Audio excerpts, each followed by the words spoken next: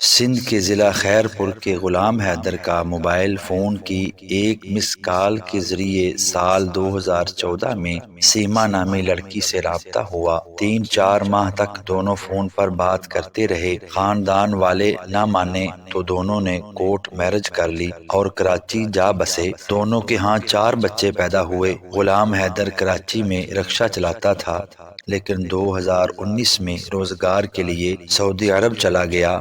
محنت مزدوری کی کمائی سے کراچی میں ایک چھوٹا سا مکان اپنی بیوی بچوں کو لے کر دے دیا۔ بیوی اور 3 کم سن بچوں کو سمارٹ فون لے دیے، جس پر وہ سارا دن مختلف گیمز کھیلتے تھے۔ غلام حیدر کی بیوی سیما کا اپنے سمارٹ فون پر پب جی گیم کھیلتے کھیلتے انڈین شہری سچن سے رابطہ ہوا۔ دونوں پب جی کھیلتے، واٹس ایپ پر باتیں کرتے اور ایک دوسرے کے عشق میں مبتلا ہوئے۔ سیما نے کراچی میں مکان بیچا اور اپنے بچوں کو لے کر نیپال پہنچ گئی، جہاں اس نے ہندو مذہب اختیار کیا اور مندر میں جا کر انڈیا کے ہندو لڑکے سچن سے شادی کر لی۔